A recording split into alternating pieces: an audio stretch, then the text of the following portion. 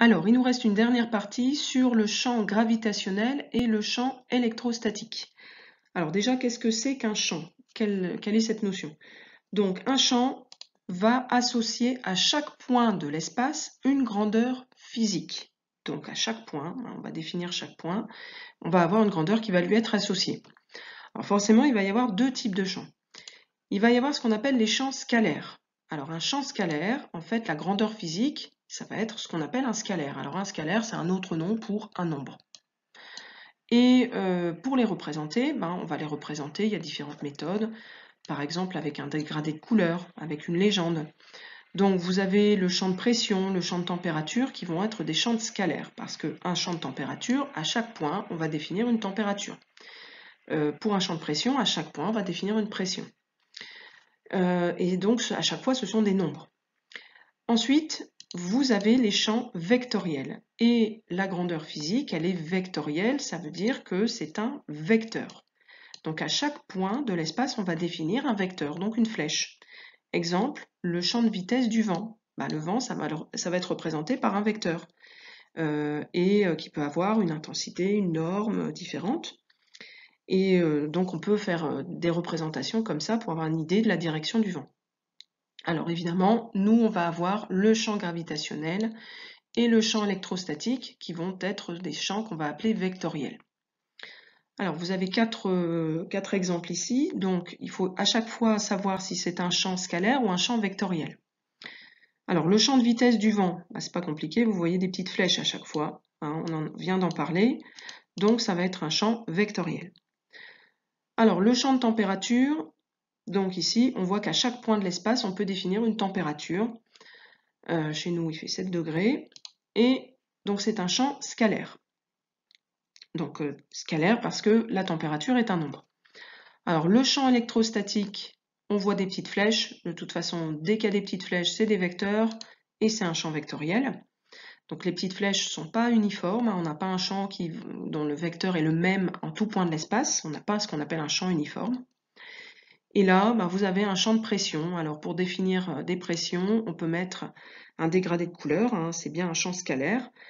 On peut aussi représenter ce qu'on appelle des isobars. Donc ça représente ces ronds là, ces formes qui sont représentées. Sur chaque point de chaque ligne blanche, la pression est la même. C'est ce qu'on appelle des isobars. Alors, on va s'intéresser au champ gravitationnel d'abord. Alors, un champ gravitationnel, en fait, là, on s'intéresse vraiment à un objet qui va attirer les objets autour de lui. Donc, pas tellement à quelle est la force qui s'exerce entre deux corps. Cette force, elle agira s'il y a un corps qui passe à proximité. Mais s'il n'y a rien qui passe, il y a quand même un champ qui existe. C'est une sorte de champ de force. Et donc, le corps, la Terre par exemple, qui est là, va attirer tous les objets qui sont autour de lui. Donc, s'il y a un astéroïde qui passe à proximité, paf, il va atterrir sur Terre.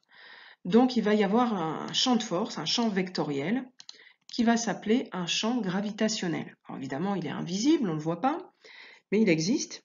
Et on va le représenter par des petites flèches, des vecteurs qu'on va appeler G.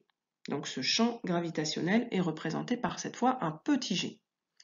Et si on a un corps qui a un autre objet, donc un satellite, une fusée, un astéroïde qui passe à proximité, donc d'une petite masse m, il va être attiré par le corps qui a un champ gravitationnel. Pourquoi? Parce ce champ gravitationnel va engendrer une force gravitationnelle qui va agir sur ce corps qui passe à proximité. Alors, la force gravitationnelle qui va être exercée sur le corps qui passe à proximité, qui a le malheur de passer tout près de la Terre, là, donc on le place en un point B. Alors le point B, on ne précise pas pour l'instant où il est, peu importe, on peut le dessiner par exemple ici. Je le dessine ici, voilà.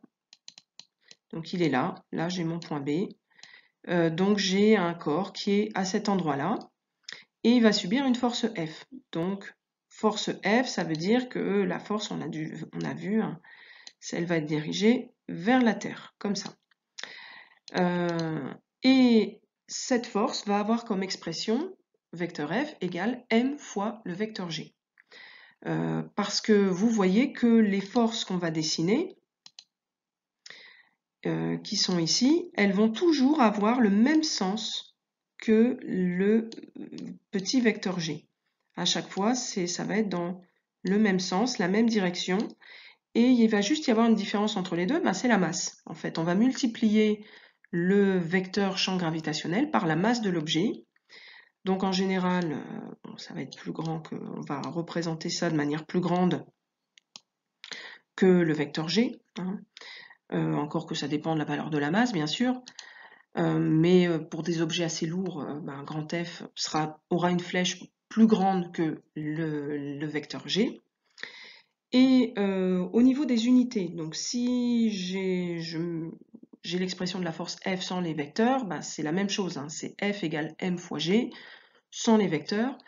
Dans ces cas-là, F est en newton, c'est toujours une force, la masse en kilogrammes, et le champ gravitationnel, c'est tout simplement des newtons par kilogramme. Donc en fait, ça va être une quantité de newtons pour chaque kilogramme de matière. Parce que quand je multiplie des newtons par kilogramme fois des kilogrammes, j'ai bien une force F en newton. Alors, si l'objet qui crée le champ est placé en A, et s'il a une masse qui vaut ma, la force gravitationnelle, elle a pour expression, ça on l'a déjà vu, vecteur F égale moins G fois ma fois m, parce qu'on a appelé la masse en B, on l'a appelé m tout court, pas mb, divisé par d carré fois le vecteur unitaire u. Alors, on va donner cette expression, on va l'écrire un peu différemment. On va séparer la masse qui est ici, petit m, on va la mettre à part. Celle-là, on va la mettre à part. Donc, je vais le mettre comme ça. Donc, j'ai la même expression, hein, j'ai moins g fois ma divisé par d carré fois m fois le vecteur unitaire u. Et d, c'est toujours la distance entre les deux corps, hein, donc entre le centre de la Terre et mon point B qui est ici. Et il ne faut pas oublier que c'est aussi égal à m fois g, comme on vient de le dire. Sauf que vous voyez que là, il y a un m qui est ici, et le m, il est là. Donc, ça peut se supprimer. Et donc là, je vais avoir l'expression de g. Hein, donc, l'expression de g, en fait, c'est la même chose sans le petit m. Donc, le champ gravitationnel va avoir pour expression moins g fois ma divisé par d au carré fois le vecteur unitaire u. Donc moins g, hein, parce que le vecteur unitaire, il est toujours dirigé vers l'extérieur, du centre de la Terre vers l'extérieur, donc g, il est dans l'autre sens. Et donc là, j'ai la masse de la Terre, par exemple, si je prends toujours l'exemple de la Terre, et j'ai la distance qui intervient, donc la distance, c'est la distance entre le centre de la Terre et l'objet qui va subir ce champ gravitationnel.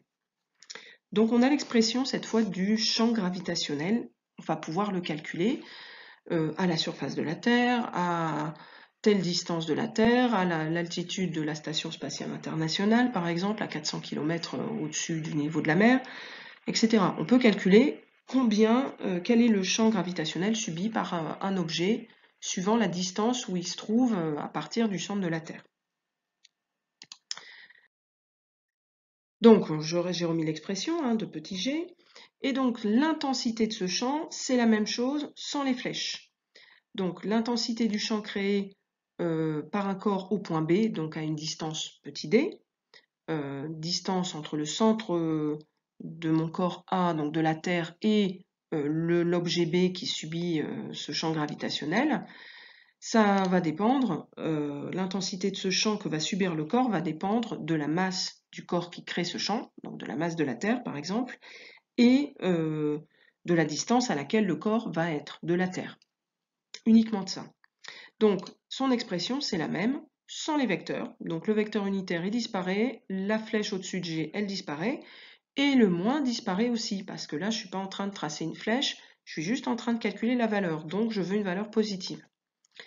Alors, vous avez G, qui est le champ gravitationnel, toujours en newton par kilogramme. Ensuite, G, constante de gravitation universelle. Donc là, attention, attention à ne pas confondre petit g, champ gravitationnel, et grand G, constante de gravitation universelle, ça ce sera donné. Vous avez la masse MA qui est en kilogrammes, alors j'ai mis MA, on peut mettre M tout court, hein, et la distance D en mètres. Alors, exemple d'application numérique, on va calculer le champ gravitationnel qui est créé par la Terre à sa surface. Ça veut dire que la distance D, c'est la distance entre le centre de la Terre et la surface. Donc c'est le rayon, en fait. Hein, c'est le rayon de la Terre, 6371 km, par exemple. Donc, on va faire l'application numérique. G égale grand G fois mt, masse de la Terre, divisé par le rayon de la Terre au carré. Donc 6,67 fois 10 puissance moins 11 fois la masse de la Terre 5,97 fois 10 puissance 24 divisé par, attention, le rayon en mètres. Donc ça fait 6,371 fois 10 puissance 3 km. Donc 6,371 fois 10 puissance 6 mètres au carré. N'oubliez pas. Et ça fait, tiens, une valeur qui doit vous dire quelque chose, 9,81 newtons par kilogramme. Voilà, on peut calculer cette expression, cette valeur, à partir de l'expression du champ gravitationnel. Alors, on a parlé du champ gravitationnel. Bon, il y a le champ de pesanteur, parce que la force gravitationnelle, ça doit vous faire penser au poids. Alors, on va voir qu'on peut assimiler les deux, hein, ça a peut-être été déjà vu en seconde. Mais il y a une différence entre les deux, hein. C'est-à-dire que la différence, elle est due à la rotation de la Terre sur elle-même. Donc là, c'est des subtilités qui ne seront vues que dans le supérieur. Hein. Au lycée, on assimile un peu les deux. C'est un peu la même chose, même si s'il y a deux expressions, deux mots différents, c'est bien qu'il y a une petite différence entre les deux. Hein. Donc le champ gravitationnel de la Terre peut être assimilé au champ de pesanteur si on néglige la rotation de la Terre sur elle-même. Donc dans ces cas-là, la force gravitationnelle, Fg, sera égale au poids. Parce que tout à l'heure, on a dit F égale m fois g, bah, ça doit vous faire penser à P égale m fois g. Hein, parce qu'on assimile à peu près F au poids P si on néglige la rotation de la Terre. Alors maintenant, vous avez le champ électrostatique, bah, on va faire un peu la même chose. C'est-à-dire qu'un corps qui a un champ, une charge électrique, va soit attirer, soit repousser les objets qui sont à proximité, qui ont une charge électrique, bien sûr. Si vous avez un neutron qui passe à proximité, il ne va rien se passer pour lui. Hein. Et donc, il va y avoir un champ de force. Donc, un champ vectoriel, invisible, mais qui est bien présent, qui va s'appeler le champ électrostatique. Et il va être représenté par un vecteur qu'on va appeler E, comme champ électrostatique. Enfin, comme électrostatique, en fait. Et si j'ai un objet qui passe à proximité, qui a une charge électrique Q cette fois, hein, parce que la masse maintenant aucune importance, c'est la charge électrique qui compte, qui passe à proximité de ce corps qui a un champ électrostatique, et ben, il va subir une force électrostatique qui va être due à ce champ électrostatique. Alors cette force électrostatique qui va s'exercer sur un corps qui passe à proximité, qui va être placé en B, dans un champ électrostatique E, cette force, elle va avoir pour expression F égale QE. Alors la force, elle s'exprime en newton, Q c'est la charge en coulomb, et le champ électrostatique, eh ben, c'est une unité qui va faire en sorte que ça va neutraliser les coulombs, hein, et pour avoir une force en newton. Donc ça va être des newtons par coulomb cette fois. Le champ électrostatique, son unité, c'est newton par coulomb. Alors, si l'objet, on va faire la même chose, c'est-à-dire qu'on va repartir de l'expression de la force électrostatique pour essayer de trouver l'expression du champ électrostatique. Donc la force électrostatique, hein, entre deux points, elle vaut K fois QA fois Q divisé par D au carré. Alors pourquoi j'ai pas QB? Parce que la charge au point B, je l'ai appelée Q et pas QB. Bon. Ça c'est pour avoir une expression F égale QE, hein, bien symétrique, sans A ou B, hein, qui soit facile à retenir. Donc du coup, bah, j'ai pas QB ici. Mais si vous voulez le mettre, vous le mettez, hein, ça ne change pas grand-chose. Donc, on va l'écrire un peu différemment en mettant la charge Q de côté. Donc, ça va être égal à K fois QA sur D carré fois Q fois le vecteur unitaire U. Donc, Q, je l'ai mis à part. Bon. J'ai le droit, hein, il n'y a pas de raison, c'est pas gênant. Sauf qu'on a écrit que f égale QE. Donc vous reconnaissez ici, bah, la lettre Q, je vais la supprimer, et du coup j'ai l'expression du vecteur E, qui va être égal à K fois QA divisé par D carré, fois le vecteur unitaire U. Hein, on va le retrouver ici, K fois QA fois D carré, fois le vecteur U, donc qui est égal au champ E, au champ électrostatique E.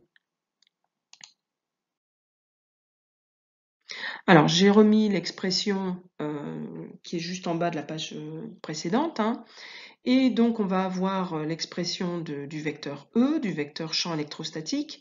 Donc tout simplement, hein, parce qu'ici vous annulez, vous supprimez la charge Q, et vous avez E, donc il va être égal à K fois QA divisé par D carré fois le vecteur U.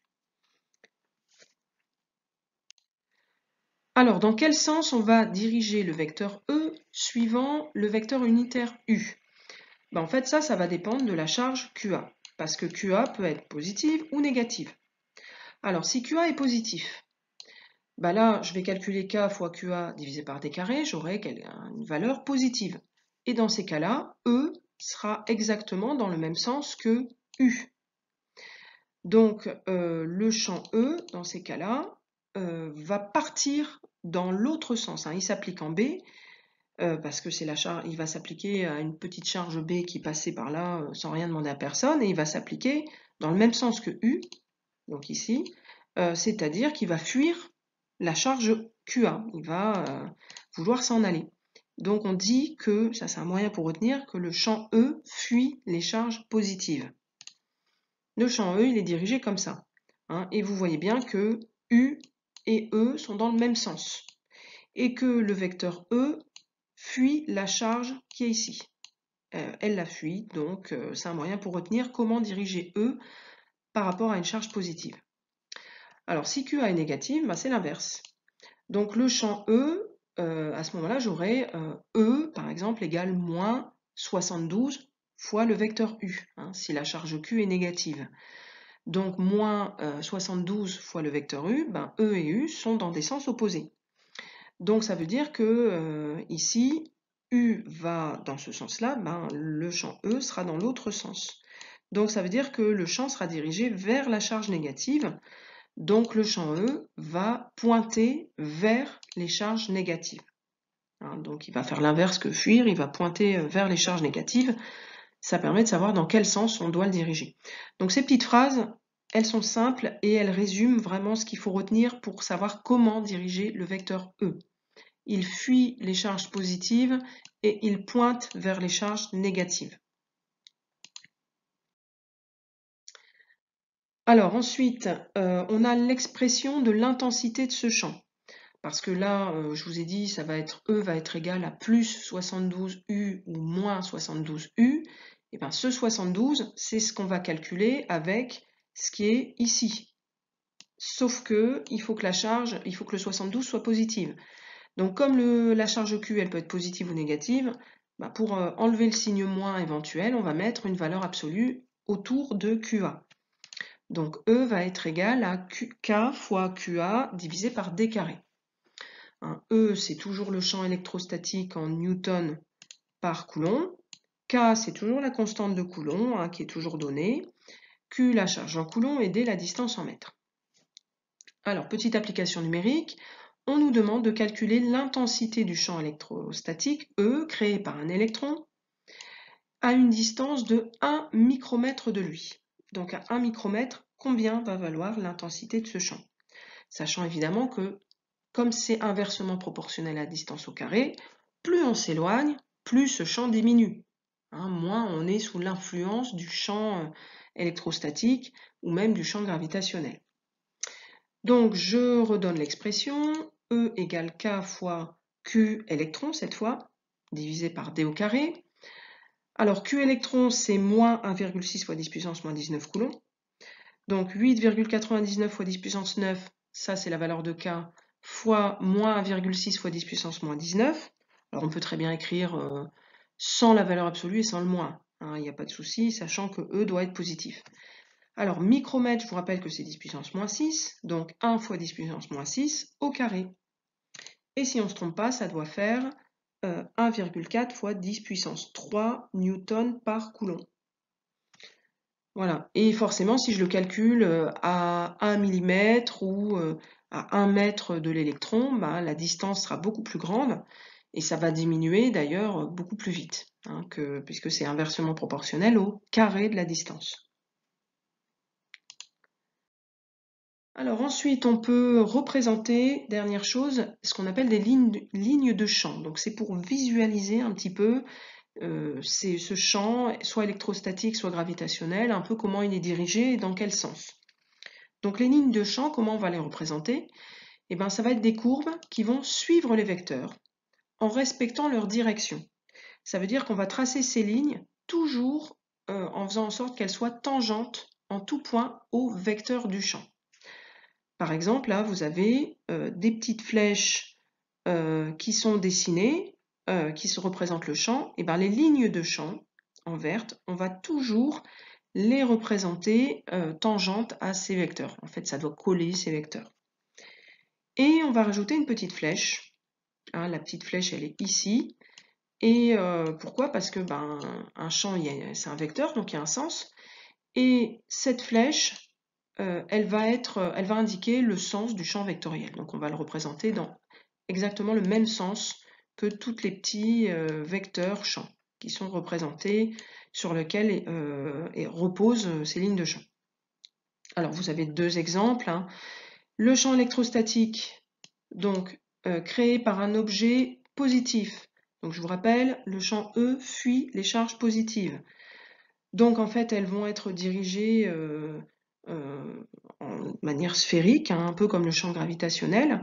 Donc ça va pointer dans toutes les directions et surtout la flèche va être vers l'extérieur, puisque ça fuit les charges positives. Alors pour une charge négative, le champ E pointe vers les charges négatives. Donc j'ai la même chose, mais avec des flèches dans l'autre sens. Pour le champ gravitationnel, c'est toujours attractif. Donc le champ est toujours dirigé vers l'objet qui crée le champ gravitationnel. Et vous voyez que les flèches sont toujours dirigées dans le même sens. Là. Alors évidemment, ça c'est quand il y a une seule charge. Quand il y a deux charges qui arrivent, eh ben, elles vont interagir pour modifier un petit peu ces lignes de champ. Hein, donc ça n'aura pas un aspect aussi simple. Alors justement, là, vous avez deux charges opposées, donc vous voyez que les lignes de champ, là, elles vont se rejoindre. Donc on va avoir des objets qui vont suivre ces lignes de champ, en fait. Et donc, plus les lignes de champ sont proches, donc par exemple, tout près de la charge électrique, elles sont très proches, les lignes de champ, plus le champ est intense. Parce qu'évidemment, sur une ligne, on ne peut pas représenter si j'ai un champ qui est important ou non. Et le champ n'est pas le même en tous les points de l'espace. Plus je suis proche de la charge, plus l'intensité du champ est importante. Et donc plus les lignes de champ seront rapprochées. Alors là, c'est parfois une expérience qu'on peut faire. Hein. Vous avez des vidéos sur Internet. On peut mettre des petits grains de semoule qui vont se mettre entre deux plaques électriques. Là, il va y avoir un champ électrique qui va se créer. Et les petits grains de semoule, par exemple, vont s'aligner. Ils vont se mettre tous en ligne parce qu'elles vont s'aligner sur les lignes de champ créées par le champ E. Et le champ E fuit les charges positives. Donc là, c'est positif. Cette plaque-là, elle est positive. Donc le vecteur E, il est dirigé dans l'autre sens. Donc on peut les mettre en évidence hein, avec ces petits points, ça va être des grains de semoule ou des grains de riz éventuellement, qui mettent en évidence ces lignes de champ. Et on voit que entre deux plaques, par exemple, elles vont être parallèles entre elles. Donc les lignes de champ dépendent un peu de la forme des objets qui vont être chargés. Voilà, chapitre terminé.